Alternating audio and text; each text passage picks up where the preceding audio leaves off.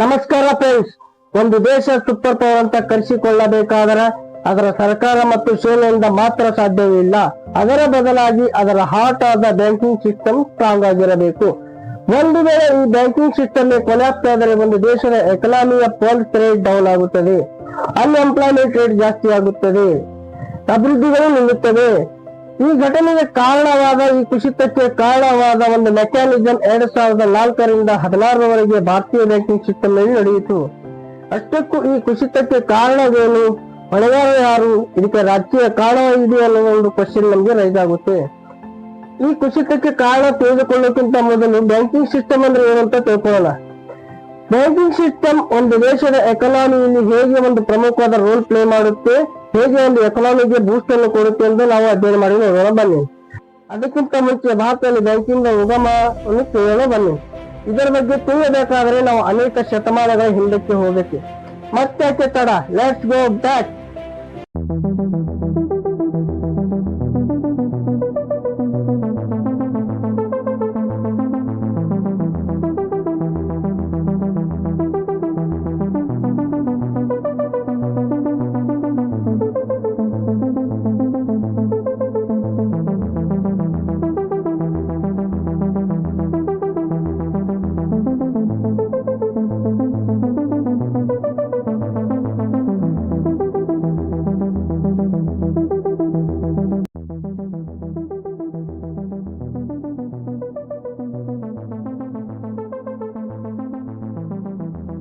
ಭಾರತದಲ್ಲಿ ಒಂದು banking system ನ ಮೊದಲ ಅಸ್ತಿತ್ವ ನಮ್ಮ ಕಂಡು ಬರುವುದು ವೇದಗಳ ಕಾಲದಲ್ಲಿ.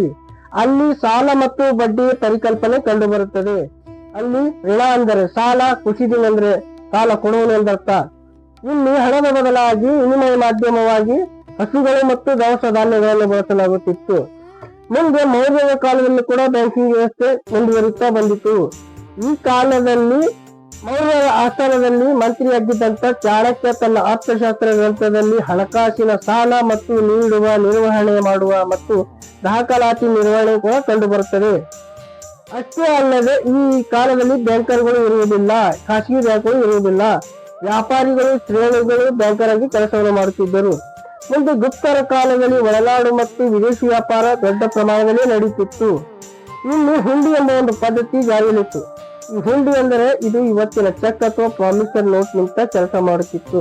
ಭಾರತದಲ್ಲಿ ಪ್ರಾಚೀನ ಕಾಲದಿಂದಲೂ ಬ್ಯಾಂಕಿಂಗ್ ಸಿಸ್ಟಮ್ ಬೆಳವಣಿಗೆ ಹೊಂದುತ್ತಾ ಬಂದಿತ್ತು.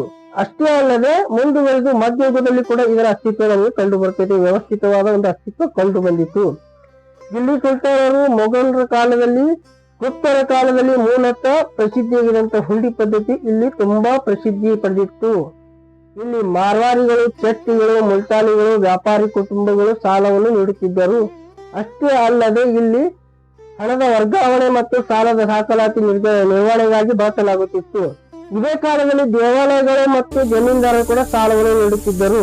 ಬ್ಯಾಂಕಿಂಗ್ ಬ್ರಿಟಿಷರ 1770ರಿಂದ 1947 ಅವಧಿಯಲ್ಲಿ ಅನೇಕ ಬ್ಯಾಂಕ್ಗಳು ಹುಟ್ಟಿಕೊಂಡವು. ಪ್ರಾಚೀನ ಕಾಲದಲ್ಲಿ ಬ್ಯಾಂಕಿಂಗ್ ಸಿಸ್ಟಮ್ ಗ್ರಾಮದ ಸಾಹುಕಾರ, ಜಮೀನ್ದಾರ, ವ್ಯಾಪಾರಿ, ಬ್ರಾಹ್ಮಣರ ಕೈಯಲ್ಲಿತ್ತು. 1770 ನಂತರ ಭಾರತದಲ್ಲಿ ಒಂದು ಆಧುನಿಕ ಯುಗದ ಒಂದು ಬ್ರಿಟಿಷರ ಎಂಟ್ರಿಯಿಂದ ಆರಂಭವಾಯಿತು. ಬ್ರಿಟಿಷರು ಅನೇಕ ಬ್ಯಾಂಕ್ಗಳು 1770ರಿಂದ 1947 ಮಧ್ಯೆ ಅನೇಕ ಬ್ಯಾಂಕ್ಗಳು ಹುಟ್ಟಾಕಿದರು. ವ್ಯಾಪಾರಿಗಳು ಹಾಗೂ ಬ್ರಿಟಿಷ್ ಈಸ್ಟ್ ಇಂಡಿಯಾ ಕಂಪನಿ ಅಧಿಕಾರಿಗಳು ಅನೇಕ ಬ್ಯಾಂಕ್ಗಳು ಭಾರತದಲ್ಲಿ ನಡೆಸುತ್ತಿದ್ದರು. ಭಾರತದ ಮೊದಲ ಬ್ಯಾಂಕ್ ಆದ ಬ್ಯಾಂಕ್ ಆಫ್ ಹಿಂದೂಸ್ತಾನ್ 1770ರಲ್ಲಿ ಕಲ್ಕತ್ತಾದಲ್ಲಿ ಸ್ಥಾಪಿಸಲಾಯಿತು. ಆದರೆ ಈ ಬ್ಯಾಂಕ್ 1832ರಲ್ಲಿ ಮುಚ್ಚಲ್ಪಟ್ಟಿತು. ನಂತರ ತಮ್ಮ ಬ್ಯಾಂಕ್ಗಳನ್ನು ಅವಶ್ಯಕತೆ ಇದ್ದರಿಂದ bank of Bombay 1804, bank of Madras 1806ರಲ್ಲಿ ಸ್ಥಾಪಿಸಿದರು. ಈ ಬ್ಯಾಂಕ್ಗಳ ಉದ್ದೇಶವೇ ಬ್ರಿಟಿಷರ ಮತ್ತು ವಸಾಹತುಗಳಿಗೆ ಸೇವೆಯನ್ನು ನೀಡುವುದಾಗಿತ್ತು. ಮೊದಲೇ ಬ್ರಿಟಿಷರು ಭಾರತವನ್ನು 3 ವಿಭಾಗವಾಗಿ ಆಳುತ್ತಿದ್ದರು. ಮದ್ರಾಸ್, ಬೆಂಗಾಲ್, ಬಾಂಬೆಯನ್ನು ಆಳ್ವಿಕೆಯನ್ನು ಮಾಡುತ್ತಿದ್ದರು. ಹೀಗಾಗಿ ದಿನನಿತ್ಯದ ವ್ಯವಹಾರಗಳಿಗಾಗಿ ಬ್ಯಾಂಕಿನ ಅವಶ್ಯಕತೆ ಇದ್ದರಿಂದ ಪ್ರತಿ ಪ್ರಾಂತ್ಯಕ್ಕೂ ತಮ್ಮದೇ ಆದ ಒಂದು ಬ್ಯಾಂಕ್ ಅನ್ನು ಸ್ಥಾಪಿಸಿದರು. ಈ ಬ್ಯಾಂಕುಗಳು 1921ರಲ್ಲಿ ಮರ್ಜ್ ಆಗಿ ಇಂಪೀರಿಯಲ್ ಬ್ಯಾಂಕ್ ಆಫ್ ಇಂಡಿಯಾ ಎಂಬ ಹೆಸರಿನೊಂದಿಗೆ ಹೊಸ ಬ್ಯಾಂಕ್ ಹುಟ್ಟಿಕೊಂಡಿತು.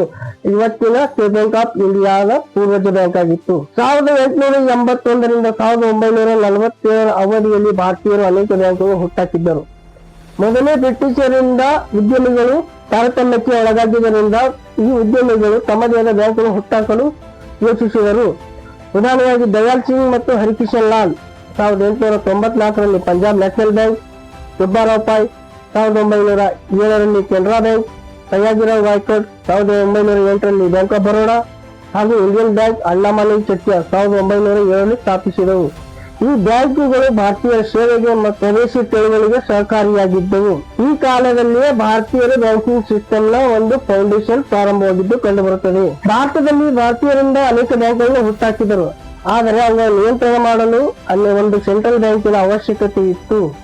ಹೀಗಾಗಿ 1935ರಲ್ಲಿ ಹಿಲ್ಟನ್ ಅಂಡ್ ಕಮಿಷನ್ ಒಂದು ಶಿಫಾರಸಿನ ಅನ್ವಯ ರಿಸರ್ವ್ ಬ್ಯಾಂಕ್ ಆಫ್ ಇಂಡಿಯಾವನ್ನು ಸ್ಥಾಪಿಸಲಾಯಿತು. ಆದರೆ ಆಶ್ಚರ್ಯವೇನೆಂದರೆ ಈ ಬ್ಯಾಂಕು ಬ್ರಿಟಿಷರ ಅಂಡರ್ ಅಲ್ಲಿತ್ತು ಮತ್ತು ಪ್ರೈವೇಟ್ ಶೇರ್ ಹೋಲ್ಡರ್ಸ್ ಬ್ಯಾಂಕ್ ಆಗಿತ್ತು. 1947ರಲ್ಲಿ ಸ್ವತಂತ್ರವಾದ ನಂತರ ಈ ರಿಸರ್ವ್ ಬ್ಯಾಂಕ್ ಅನ್ನು ಭಾರತ ಸರ್ಕಾರದ ತೆಕ್ಕೆಗೆ ತೆಗೆದುಕೊಳ್ಳಲಾಯಿತು. ಈ RBI ತನ್ನ ಬ್ಯಾಂಕ್ ಕರೆನ್ಸಿ ನಿಯಂತ್ರಣ, ಬ್ಯಾಂಕ್ಗಳ ಮೇಲ್ವಿಚಾರಣೆ ಹಾಗೂ ಹಣಕಾಸಿನ ಸ್ಥಿರತೆಯನ್ನು ಕಾಪಾಡುವುದಾಗಿತ್ತು. ಸ್ವಾತಂತ್ರ್ಯದ ವೇಳೆಗೆ ಭಾರತದಲ್ಲಿ 600ಕ್ಕೂ ಅಧಿಕ ಬ್ಯಾಂಕ್ಗಳಿದ್ದವು, ಆದರೆ ಅವು ಬಹಳಷ್ಟು ಸಣ್ಣ ಪ್ರಾಂತೀಯ ಬ್ಯಾಂಕ್ಗಳಾಗಿದ್ದವು. ಈ ಅವಧಿಯಲ್ಲಿ ಮಾಡರ್ನ್ ಬ್ಯಾಂಕಿಂಗ್ ಸಿಸ್ಟಮ್ ನ ಫೌಂಡೇಶನ್ ಕೂಡ ಪ್ರಾರಂಭವಾಗಿದ್ದು ಕಂಡು ಬರುತ್ತದೆ. ಸ್ವಾತಂತ್ರ್ಯ ನಂತರ ಬ್ಯಾಂಕಿಂಗ್ ಇತಿಹಾಸ ನಮ್ಮನ್ನು ನೋಡಕ್ಕೆ ಸಿಗುವುದೇನೆಂದರೆ ಇದು ಭಾರತದ ಬ್ಯಾಂಕಿಂಗ್ ಆಧುನಿಕ ವ್ಯವಸ್ಥೆಯ ಒಂದು ಪರಿವರ್ತನೆ ಎಂದು ಹೇಳಬಹುದು. ಇಲ್ಲಿ ರಾಷ್ಟ್ರೀಕರಣ, ನಿಯಂತ್ರಣ, ತಂತ್ರಜ್ಞಾನ ಆರಂಭವಾದ ಕಾಲ. 1947ರ ನಂತರ ಸ್ವತಂತ್ರವಾದಾಗ 600ಕ್ಕೂ ಅಧಿಕ ಬ್ಯಾಂಕ್ಗಳಿದ್ದರೂ ಕೂಡ ಸಣ್ಣ ಮತ್ತು ಪ್ರಾಂತೀಯ ಬ್ಯಾಂಕ್ಗಳಾಗಿದ್ದವು. ಇದರಿಂದ ಗ್ರಾಮೀಣ ಜನರಿಗೆ ಸೇವೆಯಿಂದ ವಂಚಿತರಾಗಿದ್ದರು. ಸೇವೆ ತಲುಪದ ಸ್ಥಿತಿ ಇತ್ತು. ಕೇವಲ ನಗರದವರಿಗೆ ಹಾಗೂ ಉದ್ಯಮಿಗಳಿಗೆ ಸೇವೆಯನ್ನು ನೀಡುತ್ತಿದ್ದವು. ಇವರೇ ಇವರ ಮುಖ್ಯ ಗ್ರಾಹಕರಾಗಿದ್ದರು. ಆದರೆ ಸರ್ಕಾರದ ಉದ್ದೇಶ ಸ್ವಾತಂತ್ರ್ಯ ನಂತರ ಬ್ಯಾಂಕಿಂಗ್ ಸೇವೆ ಎಲ್ಲರಿಗೂ ಹಾಗೂ ದೇಶದ ಕಟ್ಟ ಕಡೆ ವ್ಯಕ್ತಿಗೂ ತಲುಪಬೇಕು ಎಂದು ಆಶಯವಾಗಿತ್ತು. ಅದಕ್ಕಾಗಿ ಮೊದಲನೇ ಹೆಜ್ಜೆಯಾಗಿ 1955ರಲ್ಲಿ ಸ್ಟೇಟ್ ಬ್ಯಾಂಕ್ ಆಫ್ ಇಂಡಿಯಾ ಎಂದು ಹೊಸ ಬ್ಯಾಂಕ್ ಹುಟ್ಟಿಕೊಂಡಿತು. ಈ ಬ್ಯಾಂಕ್ ಬೇರೆ ಯಾವುದೂ ಅಲ್ಲ, 1921ರಲ್ಲಿ ಹುಟ್ಟಿದಂತ ಇಂಪೀರಿಯಲ್ ಬ್ಯಾಂಕ್ ಆಫ್ ಇಂಡಿಯಾ ಅನ್ನು ರೀನೇಮ್ ಮಾಡಲಾಯಿತು. ಇದನ್ನು ಫಸ್ಟ್ ನ್ಯಾಷನಲ್ ಆಗಿ ಮಾಡಿದ್ದ ನಂತರ ದೇಶದ ಮೊದಲ ಕಮರ್ಷಿಯಲ್ ಬ್ಯಾಂಕ್ ಆಯಿತು. ಗ್ರಾಮೀಣ ಅಭಿವೃದ್ಧಿ, ಕೃಷಿ ವಲಯಕ್ಕೆ ಹೆಚ್ಚಿನ ಸಾಲ ಸೌಲಭ್ಯ ದೊರೆತು ಜನರು ಅಭಿವೃದ್ಧಿ ಕಾಣಲೆಂದು ಸ್ಥಾಪಿಸಲಾಗಿದ್ದರು. ಅಷ್ಟೇ ಅಲ್ಲದೆ ಕೃಷಿ ಅಭಿವೃದ್ಧಿಗಾಗಿ 1982ರಲ್ಲಿ ನಬಾರ್ಡ್ ಬ್ಯಾಂಕ್ ಅನ್ನು national bank for agriculture research and development bank ಅನ್ನು ಸ್ಥಾಪಿಸಿದರು. ಈ ಬ್ಯಾಂಕಿಂಗ್ ಸೇವೆ ಎಲ್ಲರಿಗೂ ದೊರಕಲೆಂದು ಸರ್ಕಾರದ ಉದ್ದೇಶವೂ ಹಾಗೂ ಆಶಯವೂ ಆಗಿತ್ತು. ಆದರೆ ಈ ಬ್ಯಾಂಕ್ಗಳು ಕೇವಲ ನಗರದವರೇ ಹಾಗೂ ಉದ್ಯಮಿಗಳಿಗೆ ಸೇವೆಯನ್ನು ನೀಡುತ್ತಿದ್ದು ಗಮನಿಸಿದ ಸರ್ಕಾರವು ಈ ಬ್ಯಾಂಕ್ಗಳನ್ನು ನಿಯಂತ್ರಣ ಮಾಡಲು ರಾಷ್ಟ್ರೀಕರಣ ಪ್ರಕ್ರಿಯೆಗೆ ಮುಂದಾಯಿತು. ಹಾಗಾಗಿ ಮೊದಲ ಹಂತದಲ್ಲಿ 1969ರಲ್ಲಿ ಪ್ರಧಾನಿ ಇಂದಿರಾ ಗಾಂಧಿಯವರು ದೇಶದ ಪ್ರಮುಖ 14 ಖಾಸಗಿ ಬ್ಯಾಂಕ್ಗಳು ರಾಷ್ಟ್ರೀಕರಣ ಮಾಡಿದರು. ಇದರ ಉದ್ದೇಶವೇ ದೇಶದ ರೈತರು ಪ್ರಗತಿ ಕಾಣಲೆಂದು ಖಾಸಗಿ ಬ್ಯಾಂಕ್ಗಳು ಸರ್ಕಾರಕ್ಕೆ ತೆಕ್ಕೆಗೆ ತೆಗೆದುಕೊಂಡಾಯಿತು. ಇದರಿಂದ ಬ್ಯಾಂಕಿಂಗ್ ಸೇವೆ ಗ್ರಾಮಗಳಿಗೆ ತಲುಪಿದ್ದು ನಗರಗಳಿಂದ. ಉದ್ದೇಶ ಗ್ರಾಮೀಣಾಭಿವೃದ್ಧಿ, ಕೃಷಿ ಸಾಲ, ಉದ್ಯೋಗ ಪ್ರೋತ್ಸಾಹ, ಬಡತನ ನಿವಾರಣೆಯಾಗಿತ್ತು. ಎರಡನೇ ಹಂತದಲ್ಲಿ 1980ರಲ್ಲಿ ಮತ್ತೆ 6 ಖಾಸಗಿ ಬ್ಯಾಂಕ್ಗಳು ರಾಷ್ಟ್ರೀಕರಣ ಮಾಡಲಾಯಿತು. ಇದಾದ ನಂತರ ದೇಶದಲ್ಲಿ 20 ಪಬ್ಲಿಕ್ ಸೆಕ್ಟರ್ ಬ್ಯಾಂಕ್ಗಳು ಕಾರ್ಯನಿರ್ವಹಿಸತೊಡಗಿದವು. ಇದೇ ಅವಧಿಯಲ್ಲಿ RBI ದೇಶದ ಹಣಕಾಸು ನೀತಿ, ಬಡ್ಡಿದರ ನಿಯಂತ್ರಣ, ಬ್ಯಾಂಕ್ಗಳ ಮೇಲ್ವಿಚಾರಣೆ ಹಾಗೂ ಪ್ರಮುಖ ಪಾತ್ರ ವಹಿಸಿತು. ಅದು ಅಲ್ಲದೆ RBI ರಾಷ್ಟ್ರದ ಹಣಕಾಸಿನ ರಕ್ಷಾ ಕವಚವಾಯಿತು. ಭಾರತದ ಬ್ಯಾಂಕಿಂಗ್ ಸಿಸ್ಟಮ್ ನಲ್ಲಿ 1980ರ ದಶಕದ ಕೊನೆಯಲ್ಲಿ ಆರಂಭವಾಗಿತ್ತು ಕಂಪ್ಯೂಟರೈಸೇಷನ್ ಅಂಡ್ ಟೆಕ್ನಾಲಜಿ ಎರಾ ಅಂತ ಹೇಳ್ಬೋದು. 80ರ ದಶಕದ ಕೊನೆಯಲ್ಲಿ ಭಾರತದಲ್ಲಿ ಜನರ ಜೀವನ ಭಾಗವಾಗಿತ್ತು ಈ ಬ್ಯಾಂಕಿಂಗ್ ಸಿಸ್ಟಮ್. 80ರ ದಶಕದ ಕೊನೆಯಲ್ಲಿ ಭಾರತೀಯ ಬ್ಯಾಂಕುಗಳು ಕಂಪ್ಯೂಟರ್ ಸಿಸ್ಟಮ್ ಅನ್ನು ಅಳತೆ ಮಾಡಲು ಪ್ರಾರಂಭಿಸಿದವು. ಟ್ಯಾಲಿ, ಡೇಟಾಬೇಸ್, ಡೇಟಾ ಅನಾಲಿಟಿಕ್ಸ್ ಹಾಗೂ ಎಲೆಕ್ಟ್ರಾನಿಕ್ ಕ್ಲಿಯರಿಂಗ್ ಅಂತ ಸಿಸ್ಟಮ್ ನಿಧಾನವಾಗಿ ಬೆಳಗತೊಡಗಿದವು. ಇದು ಮುಂದಿನ ಡಿಜಿಟಲ್ ಇಂಡಿಯಾಗೆ ಒಂದು ಬೂಸ್ಟ್ ಆಗಿತ್ತು, ಅಡಿಪಾಯವೇ ಆಗಿತ್ತು. 1991ರ ವೇಳೆಗೆ ಬ್ಯಾಂಕಿಂಗ್ ಸರ್ವಿಸ್ ದೇಶದ ಜನರ ಜೀವನದ ಭಾಗವಾಗಿತ್ತು. ಆದರೆ ಈ ಬ್ಯಾಂಕುಗಳು ಇನ್ನು ಸರ್ಕಾರದ ಕಂಟ್ರೋಲ್ ನಲ್ಲಿ ಇದ್ದು ಲಾಭದಾಯಕತೆ ಮತ್ತು ಸ್ಪರ್ಧಾತ್ಮಕತೆಯ ಕೊರತೆ ಕಂಡುಬರುತ್ತಿತ್ತು. ಇದೇ ಸಮಯದಲ್ಲಿ ಭಾರತಕ್ಕೆ ಒಂದು ಬದಲಾವಣೆ ಅವಶ್ಯಕತೆ ಇತ್ತು. ಅದು ಜಾರಿಯಾಗಿದ್ದು 1991ರಲ್ಲಿ. ಅದುವೇ economic reform, LPG, liberalisation, privatisation, globalisation. ಇದರಿಂದ ಬ್ಯಾಂಕಿಂಗ್ ಬೆಳವಣಿಗೆ ಮತ್ತಷ್ಟು ಇಂಬು ಕೊಟ್ಟಿತು. 1991ರಲ್ಲಿ ಆರ್ಥಿಕ ಸುಧಾರಣೆ ಯೋಜನೆಗಳು ಜಾರಿಯಾದವು. ಬ್ಯಾಂಕಿಂಗ್ ಕ್ಷೇತ್ರವು ಆಧುನಿಕ ಹಾಗೂ ಲಾಭದಾಯಕ ಕೇಂದ್ರವಾಗಿಸಲು ಸರ್ಕಾರವು ವಿದೇಶಿ ಹೂಡಿಕೆ ಮತ್ತು ಖಾಸಗಿ ಬ್ಯಾಂಕ್ಗಳ ಲೈಸೆನ್ಸ್ ಅನ್ನು ಇಶ್ಯೂ ಮಾಡತೊಡಗಿತು ಹಾಗೂ ಹೊಸ ಹಣಕಾಸು ನೀತಿಯನ್ನು ಪರಿಚಯಿಸಿತು. ಈ ಬದಲಾವಣೆಯಿಂದ ಬ್ಯಾಂಕಿಂಗ್ ಸೆಕ್ಟರ್ ನಲ್ಲಿ ಸ್ಪರ್ಧೆ ಮತ್ತು ಪಾರದರ್ಶಕತೆ ಹೆಚ್ಚಾಯಿತು. 1993ರಲ್ಲಿ 2000ರ ಅವಧಿಯಲ್ಲಿ ಪ್ರೈವೇಟ್ ಮತ್ತು ಫಾರಿನ್ ಬ್ಯಾಂಕ್ ಎಮರ್ಜಿಂಗ್ ಎರಾ ಎಂದು ಹೇಳಬಹುದು. ಈ ಅವಧಿಯಲ್ಲಿ ಹೊಸ ಖಾಸಗಿ ಬ್ಯಾಂಕ್ಗಳು ಹಾಗೂ ವಿದೇಶಿ ಬ್ಯಾಂಕ್ಗಳು ಭಾರತದಲ್ಲಿ ಹುಟ್ಟಿದವು. ಮೊದಲ ಬ್ಯಾಂಕ್ ಅನ್ನು ಆಕ್ಸಿಸ್ ಬ್ಯಾಂಕ್ ಅನ್ನು 1993ರಲ್ಲಿ, HDFC ಬ್ಯಾಂಕ್ ಅನ್ನು 1994ರಲ್ಲಿ, ICICI ಬ್ಯಾಂಕ್ ಅನ್ನು 1994ರಲ್ಲಿ, ಇಂಡಸ್ಇಂಡ್ ಬ್ಯಾಂಕ್ ಮುಂತಾದ ಬ್ಯಾಂಕ್ಗಳು ಭಾರತದಲ್ಲಿ ಜನ್ಮ ತಾಳಿದವು. ಇವು ಮಾಡರ್ನ್ ಸರ್ವಿಸ್ಗಳಾದ ATM card, mobile phone banking ಹಾಗೂ ಡೆಬಿಟ್ ಕಾರ್ಡ್ ನಂತಹ ಸರ್ವಿಸ್ಗಳನ್ನು ಜಾರಿಗೆ ತಂದಿದ್ದವು, ಪರಿಚಯಿಸಿದವು.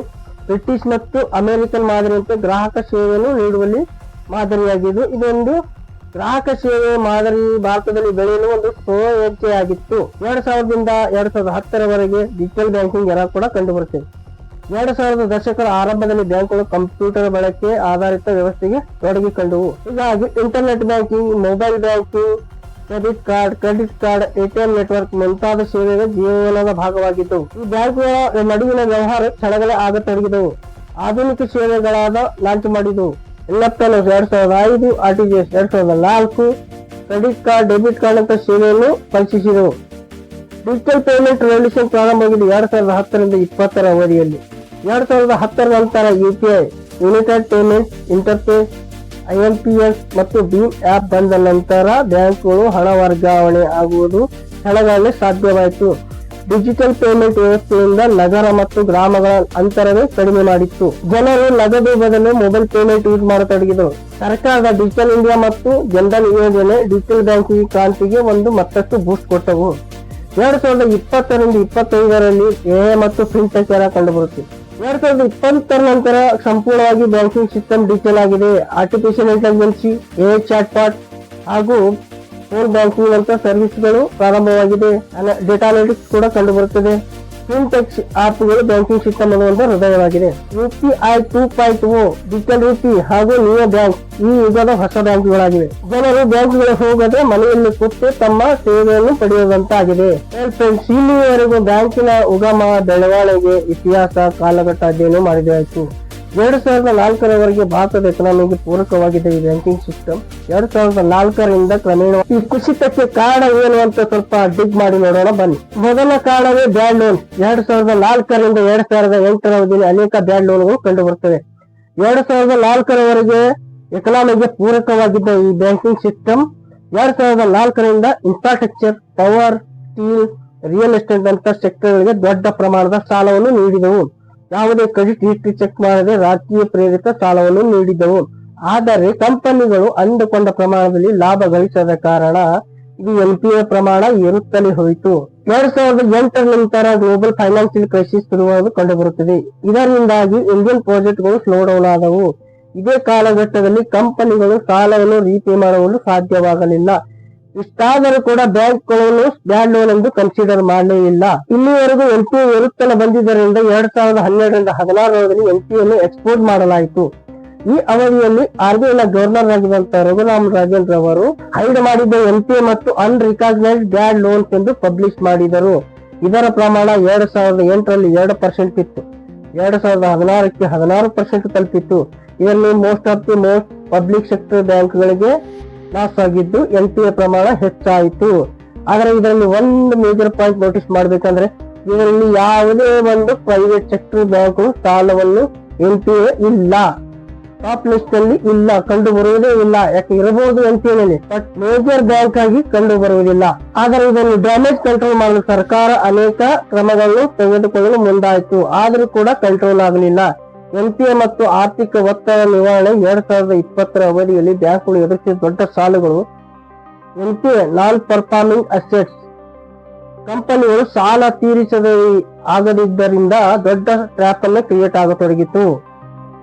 ಹೀಗಾಗಿ NPA ನಿವಾರಣೆಗಾಗಿ ಸರ್ಕಾರವು IBC ಇನ್ಸಾಲ್ವೆನ್ಸಿ ಬ್ಯಾಂಕ್ರಪ್ಟಿ ಕೋಡ್ ಮತ್ತು RBI ಅಸೆಟ್ ರೀಕನ್ಸ್ಟ್ರಕ್ಷನ್ ಯೋಜನೆ ಜಾರಿಗೊಳಿಸಿತು. ಆದರೂ ಇಂದಿಗೂ ಕೂಡ NPA ಸಮಸ್ಯೆ ಬಗೆಹರಿದಿಲ್ಲ. ಸ್ವಲ್ಪ ಪ್ರಮಾಣದಲ್ಲಿ ತಗ್ಗಿದರೂ ಕೂಡ ಇನ್ನೂ ಅವಶ್ಯಕತೆ ಸುಧಾರಣೆ ಮಾಡಬೇಕಾಗಿದೆ. ಇನ್ನೂ ಸುಧಾರಣೆ ಮಾಡುವ ಅವಶ್ಯಕತೆ ಇದೆ. ಈ ಸಮಸ್ಯೆಗಳಿಂದ ಪಾರಾದರೆ ಮತ್ತಷ್ಟು ಸಮಸ್ಯೆಗಳು ಹುಟ್ಟಿಕೊಂಡವು. ಇವತ್ತು ಕ್ರೆಡಿಟ್ ಕಾರ್ಡ್ ನ ಡಿಫಾಲ್ಟ್ ರೇಟ್ 2025 ಮಾರ್ಚ್ 121 ಲಕ್ಷ ಕೋಟಿ ಹಾಗೂ ಪರ್ಸನಲ್ ಲೋನ್ ನ ಡಿಫಾಲ್ಟ್ ರೇಟ್ 3.6%ಗೆ ಏರಿದೆ. ಹೀಗಾಗಿ ಈ ಸಮಸ್ಯೆಗಳು ಮತ್ತಷ್ಟು ಉಲ್ಬಣವಾದರು. ಇವತ್ತಿಗೆ ಬ್ಯಾಂಕಿಂಗ್ ಸಿಸ್ಟಮ್ ಸ್ಟೆಬಲೈಸ್ ಇದ್ರೂ ಕೂಡ ಇನ್ನೂ ಸರ್ವಿಲೆನ್ಸ್ ನ ಅವಶ್ಯಕತೆ ಕಂಡುಬರುತ್ತದೆ. ಹಾಗೆ ಮುಂದಿನ ಕಾಲವಾಗಿ ಲೋನ್ ರೈಟ್ ಆಫ್ ಕೂಡ ಕಂಡುಬರುತ್ತದೆ. 2004ರಿಂದ 2008ರವರೆಗೆ ಭಾರತದಲ್ಲಿ ಒಂದು ಲೆಂಡಿಂಗ್ ಬೂಮ್ ಅಲ್ಲಿತ್ತು. ಈ ಅವಧಿಯಲ್ಲಿ ಪಬ್ಲಿಕ್ ಸೆಕ್ಟರ್ ಬ್ಯಾಂಕ್ಗಳು ಕಾರ್ಪೊರೇಟ್ ಕಂಪನಿಗಳಿಗೆ ದೊಡ್ಡ ಪ್ರಮಾಣದ ಸಾಲವನ್ನು ನೀಡಿದವು. ಮುಂತಾದ ಕ್ಷೇತ್ರದ ಸಾಲ ನೀಡಿದಂತೆ ಇವರ ಯಾವುದೇ ರೀಪೇಮೆಂಟ್ ಮತ್ತು ಕ್ರೆಡಿಟ್ ಹಿಸ್ಟ್ರಿಯನ್ನು ಚೆಕ್ ಮಾಡದೆ ದೊಡ್ಡ ಪ್ರಮಾಣದ ಸಾಲವನ್ನು ನೀಡಿದವು. ಹಾಗಾಗಿ NPA ಪ್ರಮಾಣ ಏರುತ್ತೇವಾಯಿತು. ಇದರ ಹಿಸ್ಟ್ರಿ ದೊಡ್ಡದಾಗತೊಡಗಿತು. ಇದಕ್ಕೆ ರಾಜಕೀಯ ಒತ್ತಡ ಮತ್ತು ಕಾರ್ಪೊರೇಟ್ ಲಾಬಿಂಗ್ ಕಾರಣವಾಗಿತ್ತು. ಸಾಲದ ಮೇಲೆ ಬಡ್ಡಿ ಆದಾಯ ಹೆಚ್ಚಾದರೂ ಕೂಡ ಈ ಲಾಸ್ಗಳು ಮುಂದಿನ ವರ್ಷದಲ್ಲಿ ದೊಡ್ಡ ಡೆಟ್ ಟ್ರ್ಯಾಪ್ ಅನ್ನು ಕ್ರಿಯೇಟ್ ಮಾಡಿದವು. 2008ರಲ್ಲಿ ಎಕ್ಸ್ಪೋರ್ಟ್ ಬೇಸ್ಡ್ ಇಂಡಸ್ಟ್ರಿ ಕೊಲ್ಯಾಪ್ಸ್ ಆದವು. ಕಂಪನಿಗಳು ಸಾಲವನ್ನು ರೀಪೇ ಮಾಡಲು ಸಾಧ್ಯವಾಗಲಿಲ್ಲ. ಆದರೆ ಬ್ಯಾಂಕುಗಳು ಇಷ್ಟಾದರೂ ಕೂಡ NPA ಎಂದು ಕನ್ಸಿಡರ್ ಮಾಡಿ ರೀಸ್ಟ್ರಕ್ಚರಿಂಗ್ ಮತ್ತು ಎವರ್ಗ್ರೀನಿಂಗ್ ಮಾಡಿ ಹೆಲ್ತ್ ಲೋನ್ ಆಗಿ ಬ್ಯಾಂಕ್ ಬುಕ್ ನಲ್ಲಿ ತೋರಿಸಿದವು. ಅಂದರೆ ನಿಜವಾದ ಪ್ರಾಬ್ಲಮ್ ಅನ್ನು ಹೈಡ್ಔಟ್ ಮಾಡಲಾಯಿತು. ಈ ಕಾರಣದಿಂದ ಬ್ಯಾಂಕಿಂಗ್ ಸೆಕ್ಟರ್ ಒಳಗೆ ಒಂದು ಇನ್ವಿಸಿಬಲ್ ಡೆಟ್ ಕ್ರೈಸಿಸ್ ಬಿಲ್ಡಪ್ ಆಗತೊಡಗಿತು. 2012ರಿಂದ 2018ರ ಅವಧಿಯಲ್ಲಿ ವಿಸಿಬಲ್ ಡೌನ್ ಫಾಲ್ ಆರಂಭವಾಗಿತ್ತು. ಈ ಹಿಂದಿನ ವರ್ಷಗಳಲ್ಲಿ ನಿಜವಾಗ್ಲೂ ಮೊರೆ ಮಾಡಲಾಗಿದ್ದ ಕೆಲವು ಲೋನ್ಗಳು ಪಬ್ಲಿಷ್ ಆದವು. ಇದರಲ್ಲಿ ಹೆಚ್ಚಾಗಿ ಸಂಬಂಧಪಟ್ಟಿದ್ದು public sector bank, state bank of India, Punjab national bank, bank of India banking ಸೇರಿದ್ದು. ಅದರಲ್ಲಿ ಮುಖ್ಯವಾಗಿ ಇಲ್ಲಿ ನಾವು ಗಮನಿಸಬೇಕಾದ ಅಂಶ ಏನೆಂದರೆ ಇದರಲ್ಲಿ ಯಾವುದೇ ಪ್ರೈವೇಟ್ ಸೆಕ್ಟರ್ ಬ್ಯಾಂಕ್ಗಳಿಗೆ NPA ಪ್ರಮಾಣ ಕಂಡುಬರುವುದಿಲ್ಲ. ಇದ್ದರೂ ಕೂಡ ತುಂಬಾ ಕಡಿಮೆ ಇರಬಹುದು. ಆದರೆ ಪ್ರೈವೇಟ್ ಸೆಕ್ಟರ್ ಬ್ಯಾಂಕ್ಗಳು ಈ ಗೋಜಿಗೆ ಹೋಗಲಿಲ್ಲ. ಇದರಿಂದಲೇ ಅರ್ಥವಾಗುತ್ತೆ ಇದೊಂದು ಪ್ರೀ ಪ್ಲಾನ್ಡ್ ಹಾಗೂ ಪೊಲಿಟಿಕಲ್ ಮೋಟಿವೇಟೆಡ್ ಕೊಲ್ಯಾಪ್ಸ್ ಅಂತ ಅರ್ಥ ಆಗುತ್ತೆ. 2015ರಿಂದ 2024ರವರೆಗೆ ಭಾರತದಲ್ಲಿ 12.3 ಲಕ್ಷ ಕೋಟಿ ಬ್ಯಾಂಕುಗಳು ಸಾಲವನ್ನ ಮನ್ನಾ ಮಾಡಿದವು. ಮನ್ನಾ ಅಂದ್ರೆ ಬ್ಯಾಂಕುಗಳು ಸಾಲವನ್ನು ಕ್ಷಮಿಸುವುದಂತ ಅರ್ಥ ಅಲ್ಲ. ಸಾಲದ ಖಾತೆಯಿಂದ ಸಾಲವನ್ನು ತೆಗೆದುಹಾಕಿ ಫ್ಯೂಚರ್ ನಲ್ಲಿ ರಿಕವರಿ ಮಾಡುವುದಾಗಿತ್ತು. ಈ 12.3 ಲಕ್ಷ ಕೋಟಿಗಳಲ್ಲಿ ರಿಕವರಿ ಆಗಿರುವುದು ಕೇವಲ 18.7%. ಅಂದರೆ 100 ರೂಪಾಯಿಲಿ 18-19 ರೂಪಾಯಿ ಮಾತ್ರ ರೀಪೇ ಆಗಿರುತ್ತೆ. ಇದರ ಹೆಚ್ಚಿನ ಭಾಗ ದೊಡ್ಡ ಕಾರ್ಪೊರೇಟ್ ಕಂಪನಿಗಳಿಗೆ ಆಗಿತ್ತು. ಎಟ್ 2024 and 25 ಫೈನಾನ್ಷಿಯಲ್ ಇಯರ್ ಒಂದೇ ವರ್ಷದಲ್ಲಿ 1.70 ಲಕ್ಷ ಕೋಟಿ ಲೋನ್ ರೈಟಪ್ ಆಗಿದ್ದವು. ಇದರ ರಿಕವರಿ ಕೂಡ ಬಿಲೋ 20% ಆಗಿತ್ತು. ರೈಟಪ್ ನ ಬಹುತೇಕ ಭಾಗ ಪಬ್ಲಿಕ್ ಸೆಕ್ಟರ್ ಬ್ಯಾಂಕ್ಗಳಿಗೆ ಸೇರಿದ ಆಗಿದ್ದರಿಂದ ಬ್ಯಾಂಕುಗಳು ಕ್ಯಾಪಿಟಲ್ ಶಾರ್ಟೇಜ್ ಆಗಿ ಗವರ್ಮೆಂಟ್ ರೀಕ್ಯಾಪಿಟಲೈಸೇಷನ್ ಅವಶ್ಯಕತೆ ಬಿತ್ತು. ಹೀಗಾಗಿ ನ್ಯೂ ಲೆಂಡಿಂಗ್ ಕೆಪಾಸಿಟಿ ಕೂಡ ಕಡಿಮೆ ಆಗತೊಡಗಿತು. 15ರಿಂದ 23ರವರೆಗೆ 92,573 ಕೋಟಿ ಔಟ್ ಸ್ಟ್ಯಾಂಡಿಂಗ್ ಲೋನ್ ಬಾಕಿ ಕಂಡು ಬರುತ್ತೆ. ಇದರ ರಿಕವರಿ ಕೂಡ ತುಂಬಾ ಕಡಿಮೆಯಾಗಿದೆ, ಬಿಲೋ 20%. ಇದರಲ್ಲಿ ಮಾಸ್ ಡಿಫಾಲ್ಟ್ ಕಂಡು ಬರುವುದು ಅಂದ್ರೆ Vijay Mallya already recover, Nirav Modi, Mehul Choksi, DHFL, SRTL ಮುಂತಾದ ಹೈ ಪ್ರೊಫೈಲ್ ಕಾರ್ಪೊರೇಟ್ ಕುಳಗಳಿಗೆ ಸಾಲವನ್ನು ನೀಡಿದವು. ಇದರಿಂದ NPA ಪ್ರಮಾಣ ಏರುತ್ತಾ ಹೋಯಿತು. ಇನ್ನೊಂದು ಮುಖ್ಯ ಕಾರಣವಾಗಿ ಅಧ್ಯಯನ ಮಾಡುವುದು ಏನೆಂದ್ರೆ ಈ ಬ್ಯಾಂಕಿಂಗ್ ಸಿಸ್ಟಮ್ ನ ಕೊಲ್ಯಾಪ್ಸ್ ಆಗೋಕ್ಕೆ ಡೈರೆಕ್ಟ್ ಇಂಡೈರೆಕ್ಟ್ ರೀಸನ್ ಆಗಿದ್ದೆ ಮೈಕ್ರೋ ಫೈನಾನ್ಸ್ ನ ಎಕ್ಸ್ಪ್ಲೋಷನ್ ಎಂದು ಹೇಳಬಹುದು. 2010ರಿಂದ 2025ರವರೆಗೆ ಇದರ ಎಕ್ಸ್ಪ್ಲೋಷನ್ ಕಂಡು ಬರುತ್ತೆ. 2010ರ ನಂತರದಲ್ಲಿ ಭಾರತದಲ್ಲಿ ಮೈಕ್ರೋ ಫೈನಾನ್ಸ್ ನ ಮಾರ್ಕೆಟ್ ವ್ಯಾಲ್ಯೂ ಇದ್ದು ಕೇವಲ 18,000 ಕೋಟಿ. 2016ಕ್ಕೆ ಆಗಿದ್ದು 63,000 ಕೋಟಿ. 2020ಕ್ಕೆ 2.3 ಲಕ್ಷ ಕೋಟಿ ಆಗಿತ್ತು. ಆದರೆ 2030ಕ್ಕೆ 3.5 ಲಕ್ಷ ಕೋಟಿ ದಾಟಲಾಗಿದೆ ಎಂದು ಎಕ್ಸ್ಪರ್ಟ್ ಒಪಿನಿಯನ್ ಆಗಿದೆ. ಮೈಕ್ರೋ ಫೈನಾನ್ಸ್ ಗಳ ಬಡ್ಡಿ ದರ ಪಬ್ಲಿಕ್ ಸೆಕ್ಟರ್ ಬ್ಯಾಂಕ್ ಗಿಂತ ಹೆಚ್ಚೇ ಆಗಿರುತ್ತದೆ.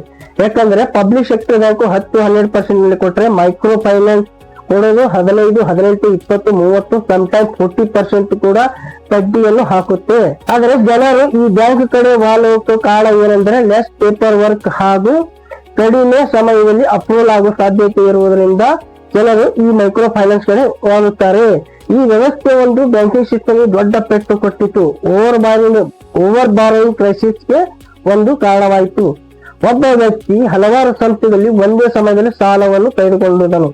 ಇದರಿಂದ ಲೋನ್ಗಳು ಹಾಗೂ SHGಗಳು ಬ್ಯಾಂಕ್ಗಳಿಗೆ ಓವರ್ ಆಗತೊಡಗಿದೆ. ಇದರಿಂದ ಮಾಸ್ ಡಿಫಾಲ್ಟ್ ಆಗುವ ಪರಿಸ್ಥಿತಿ ಕ್ರಿಯೇಟ್ ಆಗತೊಡಗಿತು. ಲೋನ್ ಡಿಫಾಲ್ಟ್ ಪ್ರಮಾಣ ವರ್ಷದಿಂದ ವರ್ಷಕ್ಕೆ ಹೆಚ್ಚಾಗುತ್ತಾ ಹೋಯಿತು. 2015ರಲ್ಲಿ ಇದ್ದುದು ಕೇವಲ 4%.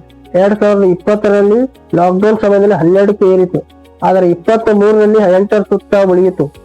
ಡಿಫಾಲ್ಟ್ ಆಗಿದ್ದ ಸಾಲಗಳು ಮೈಕ್ರೋ ಫೈನಾನ್ಸ್ ಮಾತ್ರ ನಷ್ಟ ಮಾಡಲಿಲ್ಲ. ಏಕೆಂದರೆ ಮೈಕ್ರೋ ಫೈನಾನ್ಸ್ ಸಾಲ ನಷ್ಟ ಮಾಡಿದ್ದು ಡೈರೆಕ್ಟ್ಲಿ ಪಬ್ಲಿಕ್ ಸೆಕ್ಟರ್ ಬ್ಯಾಂಕ್ಗಳಿಗೆ.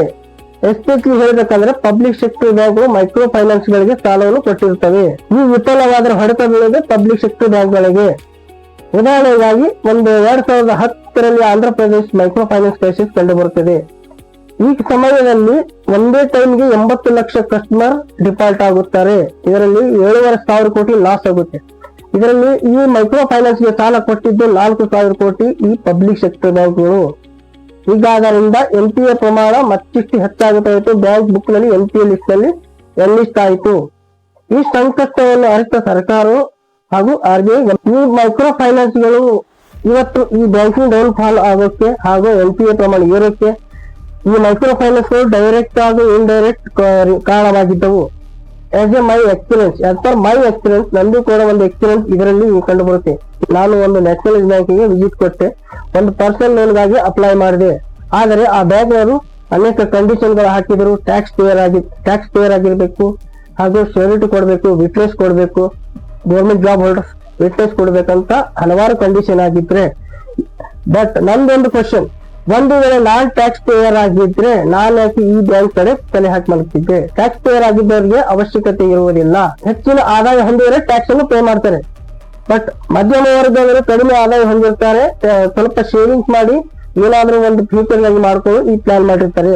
ಆದರೆ ಇದನ್ನೇ ಅಡ್ವಾಂಟೇಜ್ ಆಗಿ ಮಾಡಿಕೊಂಡ ಈ ಮೈಕ್ರೋ ಫೈನಾನ್ಸ್ ಗಳು ಜನರನ್ನು ಆಕರ್ಷಣೆ ಮಾಡಿಕೊಂಡು ಅವರ ಮಾನ ಮರ್ಯಾದೆಯ ಬಂಡವಾಳ ಇಟ್ಟುಕೊಂಡು ಸಾಲವನ್ನು ಕೊಡುತ್ತಾರೆ. ಹೆಚ್ಚಿನ ಬಡ್ಡಿಯನ್ನು ಲೇವಿ ಮಾಡ್ತಾರೆ, ಹೆಚ್ಚಿನ ಬಡ್ಡಿಯನ್ನು ಲೇವಿ ಮಾಡ್ತಾರೆ. ಹಾಗೆ ಈ ಬ್ಯಾಂಕ್ಗಳು ನನ್ನ ಅಪ್ಲಿಕೇಶನ್ ರಿಜೆಕ್ಟ್ ಮಾಡಿದ ಕಾರಣ ನಾನು ಕೂಡ ಹಲವಾರು ಮೈಕ್ರೋ ಫೈನಾನ್ಸ್ ಗಳಲ್ಲಿ ಸಾಲವನ್ನು ತೆಗೆದುಕೊಂಡಿದ್ದೇನೆ. ಹೀಗಾಗಿ ಈ ಮೈಕ್ರೋ ಫೈನಾನ್ಸ್ ಗಳು ಜನರ ಜೀವನದೊಂದಿಗೆ ಆಟವಾಡುತ್ತಾ ಮಾನಸಿಕ ಕಿರುಕುಳ ರಿಕವರಿ ಮೆಥಡ್ ಅನ್ನು ಯೂಸ್ ಮಾಡಿದ್ರಿಂದ ಇತ್ತೀಚೆಗೆ ಕರ್ನಾಟಕದಲ್ಲಿ ಅನೇಕ ಜನರು ಆತ್ಮಹತ್ಯೆಗೆ ಶರಣಾದಾಗ ಸರ್ಕಾರವು ಅಂತಿಮವಾಗಿ ಎಚ್ಚೆತ್ತು ಇದನ್ನು ನಿಯಂತ್ರಣ ಮಾಡಲು ಒಂದು ಸುಗ್ರೀವಾಜ್ಞೆಯನ್ನು ತಂದರು. But still on going that harsh method of recovering of loan. 2017ಕ್ಕಿಂತ ಮುಂಚೆ ಭಾರತದಲ್ಲಿ ಒಟ್ಟು 27 ಪಬ್ಲಿಕ್ ಸೆಕ್ಟರ್ ಬ್ಯಾಂಕ್ಗಳಿದ್ದವು. ಇವು ನಾನಾ ಕಾರಣಗಳಿಂದ ಕೊಲ್ಯಾಪ್ಸ್ ಆಗಿದ್ದವು. ಇದನ್ನು ಸರ್ಕಾರ ಸುಧಾರಿಸಲು ಮುಂದಾಗಿತ್ತು. ಹಾಗಾಗಿ ಭಾರತದಲ್ಲಿ ಬ್ಯಾಂಕ್ಗಳು ಆಪರೇಷನ್ ಬ್ಯಾಂಕ್ ಮರ್ಜಿಂಗ್ ಎಂಬ ಒಂದು ಆಪರೇಷನ್ ಶುರು ಮಾಡಿತ್ತು. ಮೊದಲ ಹಂತದಲ್ಲಿ ಏಪ್ರಿಲ್ 1, 2017ರಲ್ಲಿ ಭಾರತದ SBI ನೊಂದಿಗೆ 5 ಪ್ರಮುಖ ಬ್ಯಾಂಕ್ಗಳನ್ನು ಮರ್ಜ್ ಮಾಡಲಾಯಿತು. State bank of Mysuru, state bank of Hyderabad, state bank of Jaipur and Bikaner, state bank of Kanpur, state bank of Patiala, ಭಾರತೀಯ ಮಹಿಳಾ ಬ್ಯಾಂಕ್ಗಳು ಮರ್ಜ್ ಮಾಡಲಾಯಿತು. ಮತ್ತು 2ನೇ ಹಂತದಲ್ಲಿ 2019 ಏಪ್ರಿಲ್ ನಲ್ಲಿ ಮೂಲತಃ ಲಾಸ್ಟ್ ನಲ್ಲಿ ನಡೆಯುತ್ತಿದ್ದ ಬ್ಯಾಂಕ್ ಆಫ್ ಬರೋಡದೊಂದಿಗೆ ವಿಜಯ ಮತ್ತು ದೇನಾ ಬ್ಯಾಂಕ್ ಅನ್ನು ಮರ್ಜ್ ಮಾಡಲಾಯಿತು.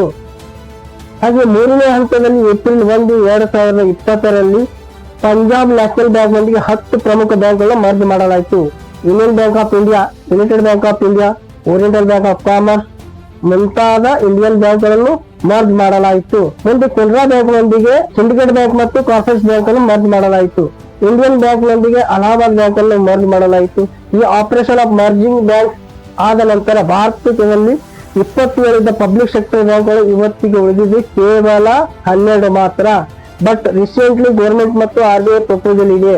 ಮತ್ತೆ 4 ಬ್ಯಾಂಕ್ಗಳನ್ನು ಮರ್ಜ್ ಮಾಡುವ ಒಂದು ಪ್ರಪೋಸಲ್ ಕಂಡು ಬರುತ್ತೆ. ವೆಲ್ ಫ್ರೆಂಡ್ಸ್, ಇದುವರೆಗೂ ನಾವು ಬ್ಯಾಂಕಿಂಗ್ ಸಿಸ್ಟಮ್ ನ ಉಗಮ, ಬೆಳವಣಿಗೆ, ಇತಿಹಾಸ, ಬೆಳವಣಿಗೆ, ಕಾಲಘಟ್ಟ ಅಧ್ಯಯನ ಮಾಡಿದ್ದಾಯ್ತು. ಹಾಗೆ ಈ ಬ್ಯಾಂಕಿಂಗ್ ಸಿಸ್ಟಮ್ ನ ಡೌನ್ ಫಾಲ್ ಗೆ ಅನೇಕ ಕಾರಣಗಳು ಅಧ್ಯಯನ ಮಾಡಿದ್ದಾಯ್ತು. ಇದರಲ್ಲಿ ಹೆಚ್ಚಾಗಿ ಆಗಿದ್ದು ಡೌನ್ ಫಾಲ್ ಆಗಿದ್ದೆ ಪಬ್ಲಿಕ್ ಸೆಕ್ಟರ್ ಬ್ಯಾಂಕ್ಗಳು ಹಾಗೂ ಇದರ NPA ಪ್ರಮಾಣ ಆಗಿದ್ದೇ ಪಬ್ಲಿಕ್ ಸೆಕ್ಟರ್ ಬ್ಯಾಂಕ್ಗಳು. ಇದರಲ್ಲಿ ಯಾವುದೇ ಒಂದು ಪ್ರೈವೇಟ್ ಸೆಕ್ಟರ್ ಬ್ಯಾಂಕ್ ಇರುವುದಿಲ್ಲ.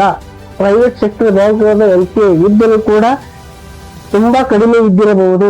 ಹಾಗಾಗಿ ಇದರಿಂದಲೇ ಅರ್ಥವಾಗುತ್ತದೆ ಈ ಬ್ಯಾಂಕಿಂಗ್ ಸಿಸ್ಟಮ್ ನ ಕೊಲ್ಯಾಪ್ಸ್ ಆಗೋಕ್ಕೆ ಕಾರಣ ಮೊದಲೇ ತಯಾರಾಗಿತ್ತು, ಏಕಂತಲೇ ಮಾಡಲಾಗಿತ್ತು ಅಥವಾ ಇಗ್ನೋರ್ ಮಾಡಲಾಗಿತ್ತು ಅಂತ ನಿಮ್ಗೆ ಅನಿಸುತ್ತೆ ಅಂತ ಕಮೆಂಟ್ ಮಾಡಿ ತಿಳಿಸಿ. ಈ ವಿಡಿಯೋ ಇಷ್ಟ ಆದ್ರೆ ಒಂದು ಲೈಕ್ ಮಾಡಿ, ಕಮೆಂಟ್ ಮಾಡಿ, ಶೇರ್ ಮಾಡಿ, ಸಬ್ಸ್ಕ್ರೈಬ್ ಮಾಡಿ. Thank you. ಜೈ ಹಿಂದ್.